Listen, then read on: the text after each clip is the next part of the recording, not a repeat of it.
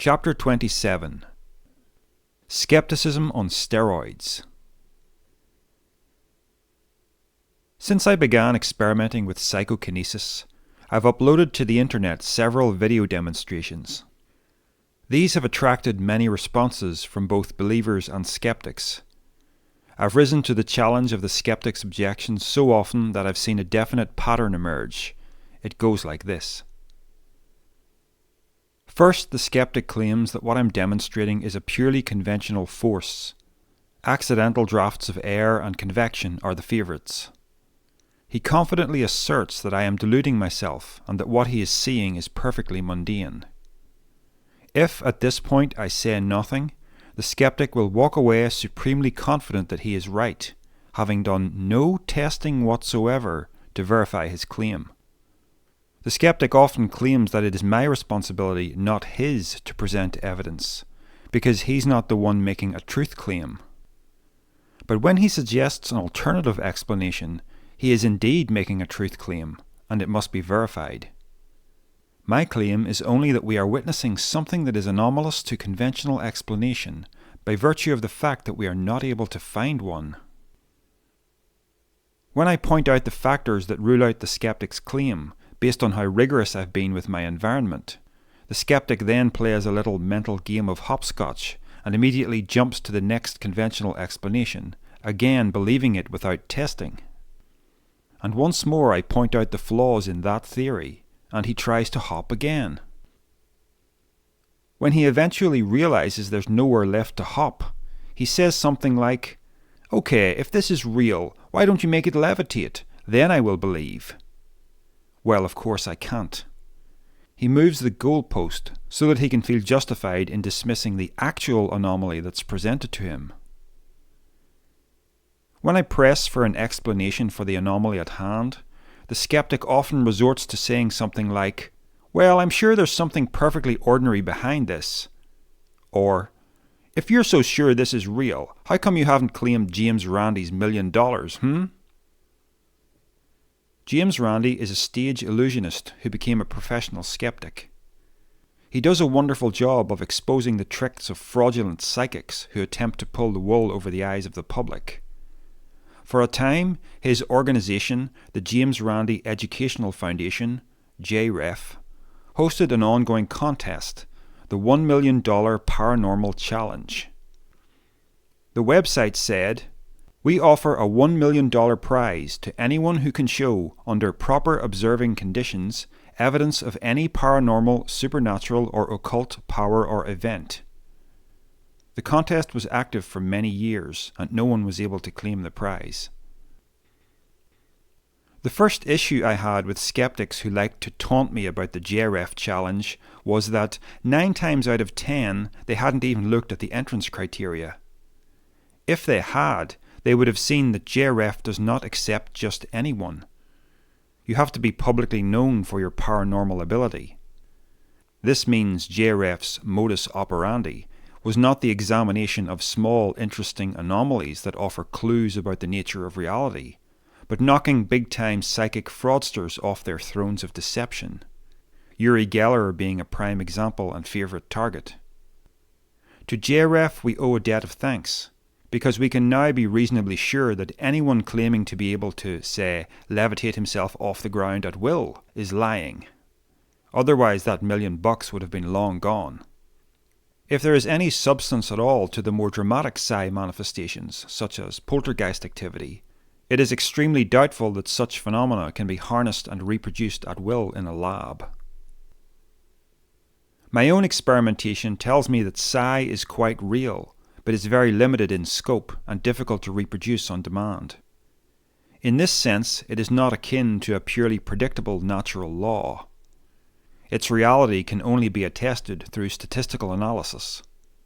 And this is something that JREF was not set up to handle. If a contestant couldn't check me at the organisation with something grand, JREF wasn't listening. A proper scientific investigation into a psychic phenomenon should involve ongoing tests over a lengthy period, a keen interest in any findings that are anomalous to conventional explanation, and a compilation of statistics that compare the results to chance expectation. In fact, the 20th century is littered with many such investigations, yielding a wealth of statistical evidence in favour of psi. Dean Radin, in his book Entangled Minds, 2006, compiles a fascinating catalogue of them. Furthermore, when you introduce money, you compromise objectivity. The nature of any contest is to make the prize exceptionally hard to get, so the criteria for winning is naturally set much higher than it would be in a genuine laboratory experiment, where there would be interest in dispassionately looking at all data, large and small. If a series of lab tests on telepathy resulted in a hit rate of 55%, where chance expectation should have yielded 50%, it's an indicator that something weird may be going on. Of course, it's easy to get a figure like 55% if you've only done a handful of tests. Someone tossing a coin 10 times might make 7 correct guesses of the outcome, a 70% hit rate. But toss it 5,000 times and you'll end up very close to 50%. In a telepathy experiment, if the figure stays close to 55% after a huge number of tests, this is a powerful indicator that something unusual is happening, something slippery, hard to replicate and prone to failure, but quite real as evidenced by the unbalanced statistic. 55%, however, is not going to win you $1 million. What's interesting to note is that skeptics will quote JREF like it's the final word on truth, when it's merely one organization with a long-standing reputation for debunking career psychics and other attention seekers. People who make false paranormal claims for personal glamour are contemptible, and I'm happy that James Randi exists to put them in their place. But it must be noted that this is Randi's only aim. The results of his challenge do not constitute a thorough examination into psychic phenomena. In all fairness, the question must be asked: if there is an empirical reality to at least some psychic phenomena, why haven't they become a recognized part of science by now? I believe a large part of the answer lies in the fact that the world is caught in two widely held paradigms, one that has been around for thousands of years and is now diminishing, authoritarian religion, and one that has been emerging for the past few hundred years, material minimalism. Religion often renders psychic abilities as taboo. Quote, "When you enter the land the Lord your God is giving you, do not learn to imitate the detestable ways of the nations there. Let no one be found among you who sacrifices his son or daughter in the fire, who practices divination or sorcery, interprets omens, engages in witchcraft, or casts spells, or who is a medium or spiritist, or who consults with the dead. Anyone who does these things is detestable to the Lord." End quote. Deuteronomy chapter 18, verses 9 to 12. All kinds of occult practices are mentioned, and they are listed alongside child sacrifice. It doesn't get clearer than that. According to Christianity, all such activities are evil. I'm guessing most people who practice PK aren't claiming it's an ability bestowed by the Lord. In the minds of Christians, then, that leaves only the devil. When I was a Christian, I didn't crystallize it in my mind in such concrete terms, but there was enough of a negative association there for me to at least categorize PK as best left untouched for reasons of safety. Later, when I was an atheist, what did I think about PK? With religion out of the picture, all that was left was materialistic science.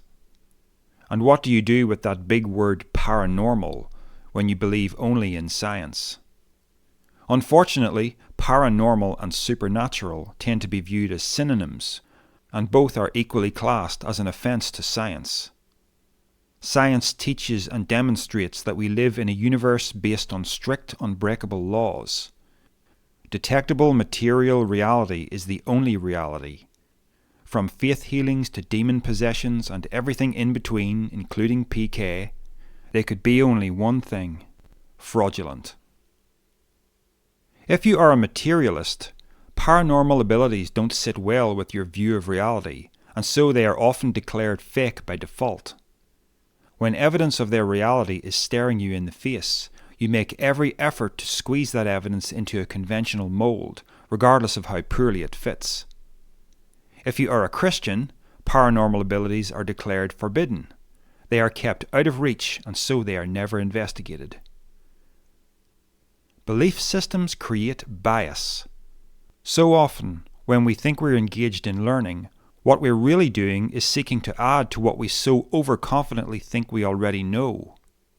This is why I neither investigated nor took seriously PK in all my years as a Christian or atheist, despite being blown away by a demonstration of it when I was 13. Never underestimate the power of a faulty paradigm to crush the truth. The greatest example of this is the heliocentric model of the solar system devised by Copernicus in 1514. He was not the first person to suggest that the Earth revolves around the Sun. This honour truly belongs to the Greek philosopher Aristarchus in the 3rd century BC, but the idea failed to gain support in his day, even with his contemporary philosophers. Isn't it amazing that a man can be right about something this important, and yet he ends up standing completely alone with the truth for the best part of 2 millennia? Another possible reason why psychic phenomena are not accepted into mainstream science is because the effects are not easily controlled or reproduced on demand. Consider a husband who experiences an inexplicable feeling of dread that something unfortunate has happened to his wife. Soon after, he learns that she was in a car accident. Given that an intuition of this kind cannot be explained by mainstream science, it must be conceded that the husband experienced extrasensory perception. But he has no ability to reproduce such an effect in a laboratory for the benefit of curious scientists. Poltergeist activity has traditionally been reported around children. The common explanation is mischievous spirits, but a better explanation may be unconscious psychokinetic activity triggered by the children themselves. They appear to have no control over the timing of these PK manifestations. So you can appreciate the futility of moving children to a lab and expecting results on demand.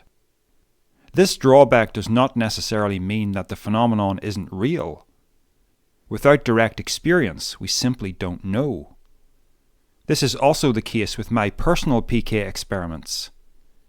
In a rigorous test environment, such as a psi wheel beneath a glass bowl, I can achieve only occasional success. I suspect that ESP and PK have never entered science because they are not easily replicated.